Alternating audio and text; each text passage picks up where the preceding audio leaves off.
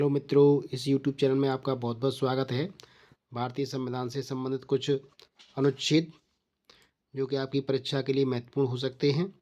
मूल संविधान में कितने भाग थे, कितनी अनुच्छेद थे और कितनी अनुसूचियां थीं। तो मूल भाग 22 भागों में विभाजित था मूल संविधान। इसमें 395 अनुच्छेद थे और 8 अनुसूचियां थीं। भारतीय संविधान के अनुच्छेद में वित्त विधेयकों के बारे में विशेष उपबंध किए गए हैं। तो ये 117वां अनुच्छेद है जिसमें वित्त विधेयक से संबंध प्रावधान किए गए हैं। राष्ट्रपति के आदेश अध्यादेश जारी करने की शक्ति, जब संसद चलन में ना हो तो राष्ट्रपति अध्यादेश जारी कर सकता है। तो ये शक्ति जो उन्हें दी गई है, ये दी गई है 123 अनुच्छेद में। किस आर्टिकल में अखिल भारतीय सेवाओं का प्रावधान है? तो ये आर्टिकल है 312, जिसमें राज्यसभा ये घोषित करती है कि किसी विशेष अखिल भारतीय सेवा की जरूरत है। निर्वाचन आयोग का गठन भारतीय संविधान के किस अनुच्छेद द्वारा किया जाता है? तो निर्वाचन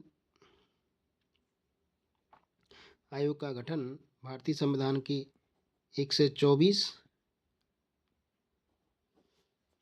में अनुच्छेद के द्वारा किया जाता है।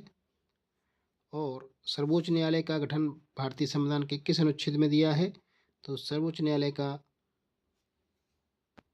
निर्वाचन आयोग का गठन 324 124 नहीं 324 में संविधान अनुच्छेद में है, जबकि सर्वोच्च न्यायालय का गठन 124 में अनुच्छेद में है। संघ एवं राज्यों के लिए लोक सेवाओं का गठन, तो ये है हमारे 315 में अनुच्छेद में। राज्य विधानसभाओं में SC/ST के स्थानों का आरक्षण, तो ये है हमारे 332 में अनुच्छेद में भारतीय संविधान के। राज्य के महाधिवक्ता की नियुक्ति, तो राज्य के महाधिवक्ता की नियुक्ति 165 में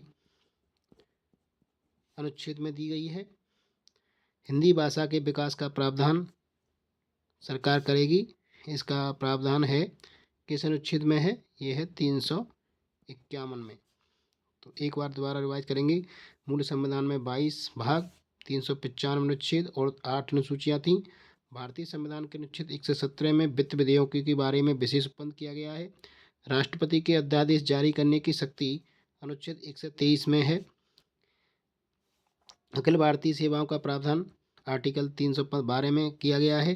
निर्वाचन आयोग का गठन 324, सर्वोच्च न्यायालय के गठन का प्रावधान 124 में अनुच्छेद में।